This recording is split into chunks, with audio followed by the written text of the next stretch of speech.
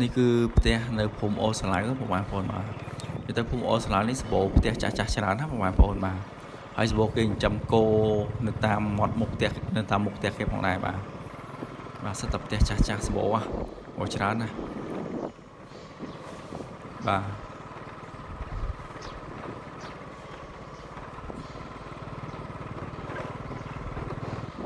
នៅផ្ទះគេនៅក្នុងជ្រៅនោះបាទមើលនេះសិតផ្ទះចាស់ទាំងអស់បាទ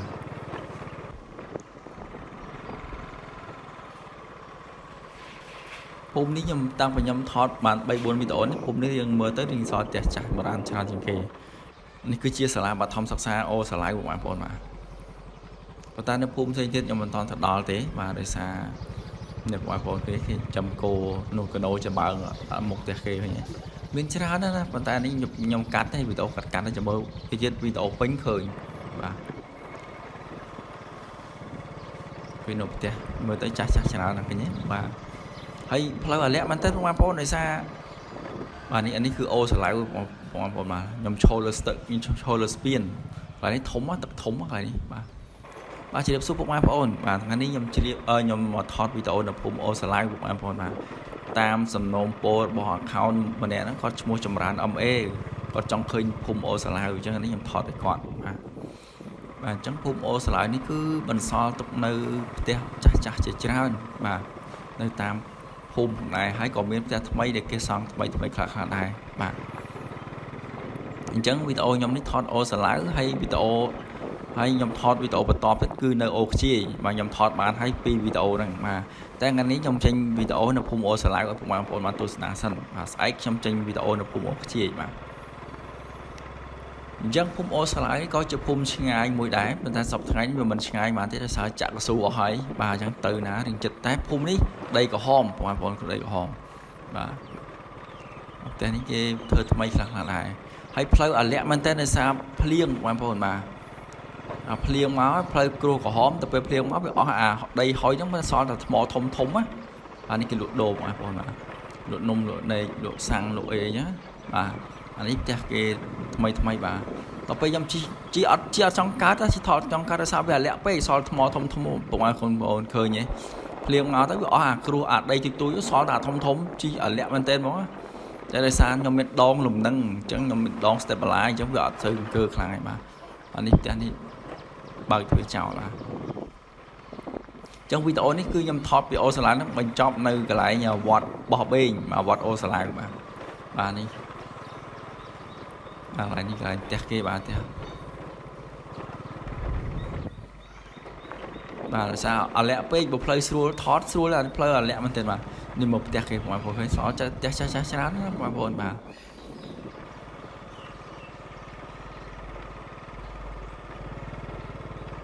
តែនេះថ្មីទេបងប្អូនបាទហើយសម្បូរផ្ទះបាត់ទ្វារចោលច្រើនខ្ញុំឆ្ងល់ដែរស្ងាត់ណាបងប្អូនប្រជាកសិករបែរគេទៅធ្វើការទៅរៀនសូត្រអស់អញ្ចឹងបាទ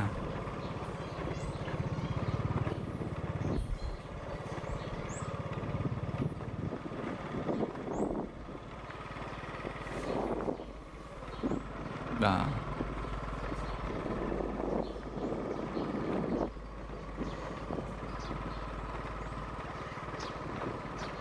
ឹងអានេះភ្លៀងសមអញភ្លៀងបងប្អូនភ្លៀងមកទៅវាមកមេទៅវាធ្វើឲ្យត្រជាក់ដីដែរប៉ុន្តែវាអត់ធ្វើខ្លាំងទេភ្លៀងអត់ខ្លាំងទេបា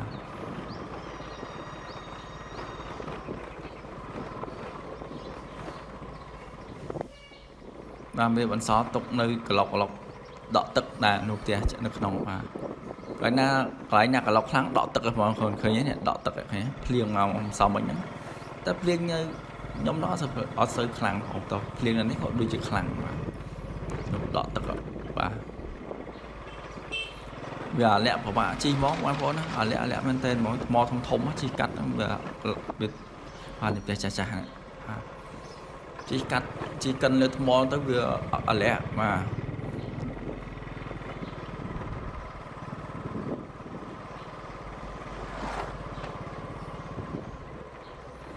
នៅសម្បូរផ្ទះចាស់ច្រើនណាស់និយាយទៅយើងអាចនិយាយបានថាសម្បូរអ្នកក្រច្រើនក៏ថាបានដែរបងប្អូនបាទបើមិនជាគេមានលុយគេធ្វើផ្ទះហើយបាទផ្ទះនៅក្នុងបាទ មានកណូចំបើនៅក្នុងផ្ទះហ្នឹងទៀតបាទនៅមុខផ្ទះបាទដូចពីមុនដែរបាទដូចពី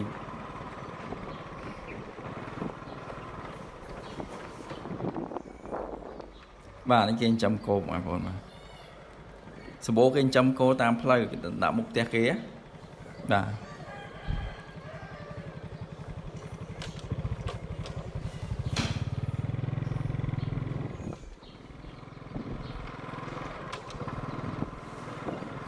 អានេះសាលាបឋមសិក្សាអូសាឡាវបងប្អូនបាទបាទតែនេះគេមានឡានគេមានអីចឹងណាបាទនេះសាលាបឋមសិក្សាអូសាឡាវបងប្អូនបាទ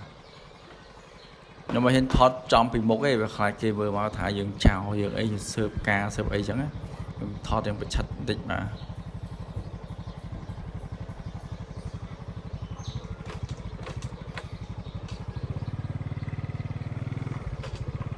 អញ្ចឹងផ្លូវដែលខ្ញុំជិះនេះតិចទៀតហ្នឹងគឺជិះតាមមាត់អូបងប្អូនហ្នឹងឯងតាមមាត់អូបាទមកនេះគេចាំទៀតចាំគោក្រោយផ្ទះពួកគាត់ហ្នឹងគឺអូបងប្អូនអូសាឡាវក្រោយផ្ទះពួកគាត់ហ្នឹងណាបាទមើលទៅដូចនឹកដល់អនុសាដូចកាលឆ្នាំ90ជាង90ក្នុង2000ចុះក្រោមអញ្ចឹងឯង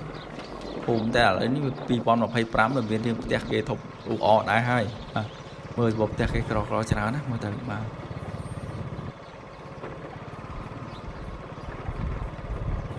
អានេះក៏គេរៀងមានដែរគេធ្វើលាបថ្នាំលាបអីធ្វើផ្ទះហ្នឹងណា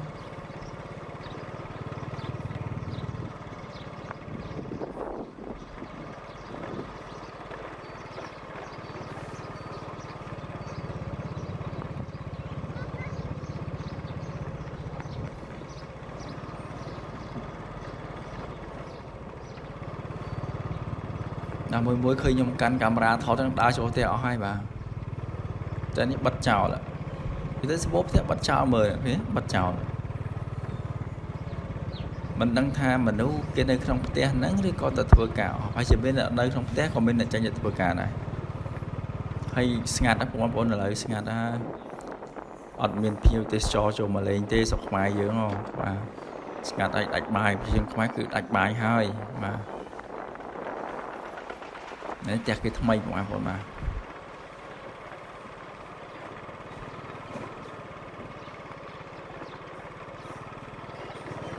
អានេះគេមានឡានមានអីបាទអានេះជ្រកស្រូវបងប្អូនអានេះជ្រកស្រូវណាគេធ្វើពីអាចគោនិងចំបើងបាទអានេះតែគេរៀងមានទៅបាទតែថ្មីធ្វើអីបាទมันមានប្រហែលទេបងប្អូនបាទផ្ទះគេចាស់ផ្ទះចាស់បាទតែនេះផ្ទះចាស់បាទហើយអានោះចាស់ថ្មីទៅនោះចឹងស្ងាត់ហើយទីផ្សារស្រុកខ្មែរកន្លែងណាក៏ដូចកន្លែងណាស្ងាត់ទាំងអស់បងប្អូនអើយស្ងាត់ណាស់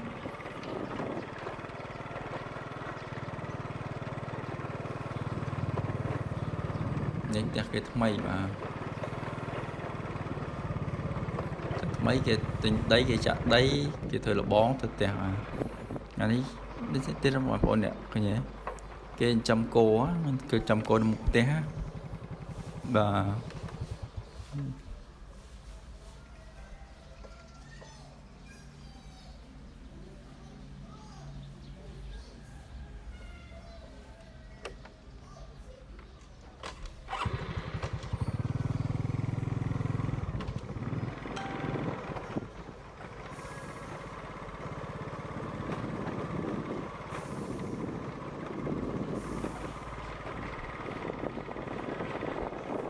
ទចឹងម្ដុំនេះអត់មានផ្ទះទេខ្ញុំជីរឿងលឿនទៀតបាទនេះដល់ហើយណាមានផ្ទះមានដីជាការមកទេសបងប្អូនមិញជាការមកទេសនេះគោទៅនេះបងប្អូនបាទ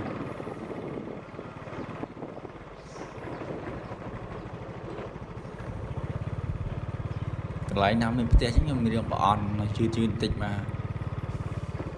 ម្ដុំនេះដើមស្អំបងប្អូនស្អំទៅដោះតាមបលាតាមលបង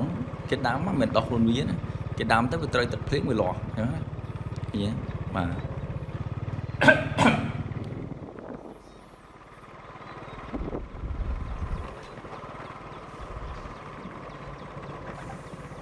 Được chứ. Chắc chắn.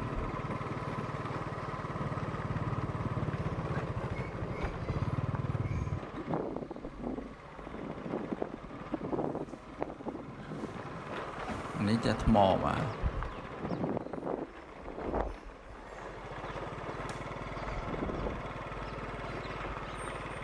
នេះខ្ញុំឡើងស្ពានអូសាឡាវបាទ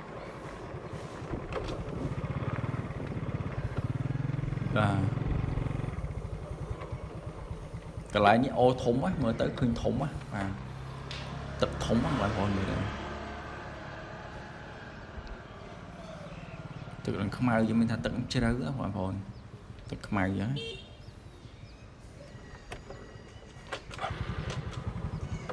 ខ្ញុំបកទៅក្រោយវិញខ្ញុំជិះបន្តដំណើរទៅមុខទៀតបាទភូមិអូសាឡាវហ្នឹងបាទ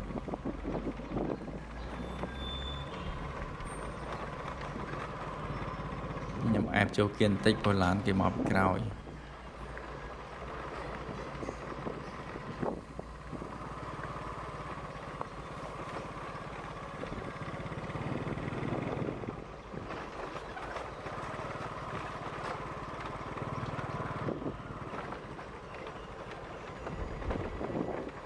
បាទនេះខ្ញុំគោលណាបាទ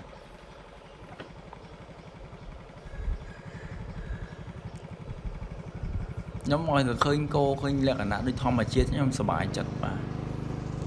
ផ្ទះចាស់ច្រើនមើលគោស៊ីច្បាងស៊ីអីចឹងវានឹកដល់កាលពីអតីតកាលណាបងប្អូនបាទ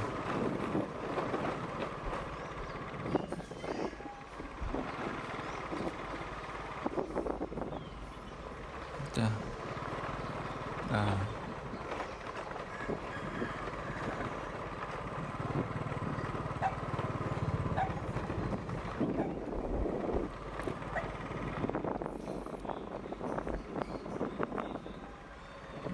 នេះគេដាំពោតមកចង់ងាប់អស់ឲ្យពោតគេហ្នឹងបាទអត់មានទឹកបាទ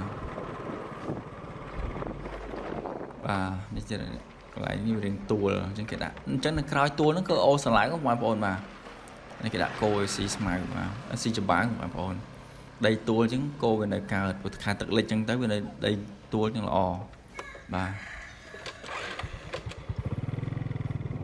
ចឹងឥឡូវនេះអត់មានភ្ញៀវទេសចរចូលមកក្នុងស្រុកទេបាទនៅបាត់ដំបងឃើញមានតិចតួចបាទនេះអូសាឡាវបងប្អូនបាទអូហ្នឹងតែមកកន្លែងនេះរាក់វិញខ្ញុំឆ្ងល់ដែរបាទ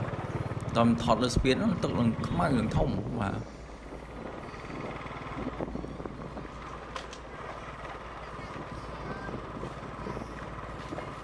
កន្លែងគេលក់ឈើបាទ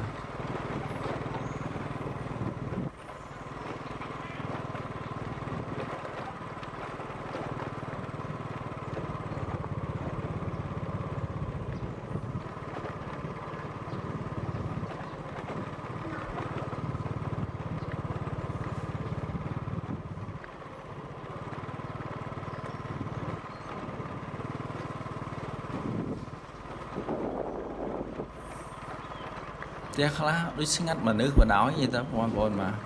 នេះគេលក់ដូរអីពួកគាត់មិនដឹងថាពួកគាត់ចោះស្រាប់ហើយជាពួកគាត់ក៏ធ្វើការងារហើយមិនទៅណាទេបាទតែផ្ទះស្ងាត់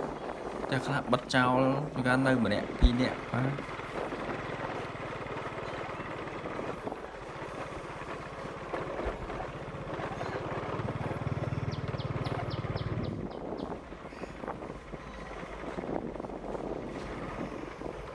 បាទនេះវាទៀតខ្ញុំអត់ចោះថតទេនេះខ្ញុំជីសំដៅទៅវត្តបោះបេងវត្តអូសាឡាវបាទតាមផ្លូវបាទមើលអត់មានផ្ទះទេមកជួរនេះបាទនេះអូបាទគឺខ្ញុំនឹងឡើងស្ពានមួយទៀតបាទ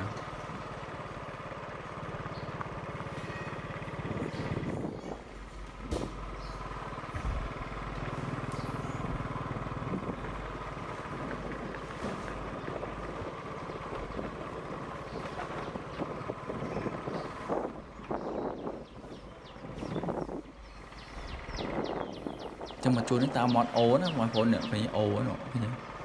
ហើយជិះតាមមាត់អូ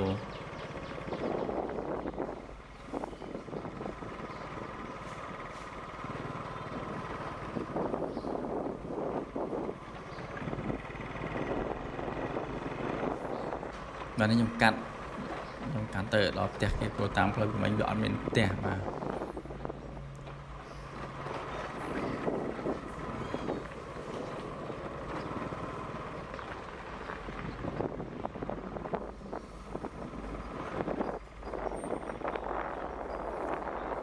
chứ ô sờ lại nhung thọt ở toàn ó đó bọn bọn nó về nơi mình ra tiết tại dương nhung cầm nọt nhung thọt ta cầm bal ta đọc này tí đi như tới nhung cắt to nhung thọt ta pram đọc này tí tới nhung cắt to tới bán cầm bal đọc này tí mà cái xa laptop nhóm việc render bán ta đọc bal này tí này mà nhung thọt bán đọc pram tí nhung cắt toนี่คือโอสไลด์บางคนยังชอบเลือดสเปียนอย่างนี้มา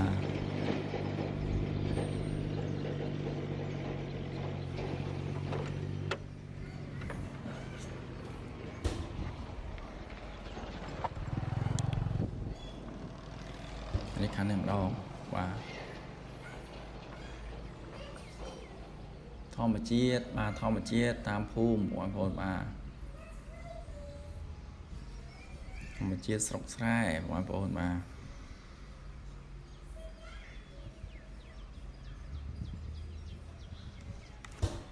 อันนี้คือวัดบอกเบงครับวัดโอสไลด์บางคนยอมกัดมาซาวิโอเวลเลอร์วิดอมพรามนาทีที่ยอมกัดแต่จังหวัดนี่คอยจำหน้าได้บางคนน้อยจำหน้าหนุ่มวัดมีนักกีฬาเธอทำไมได้แต่โดยยังเคยบนลงไปเนี้ยบ้านเจ้าเอาคนพวกมาบางคนในบ้านตัวโจตานบ้านตัวสนามวิโตบุกจำตังไปดาวเราจะจับบักชมาพิราสมกุลสมจำเรียบมา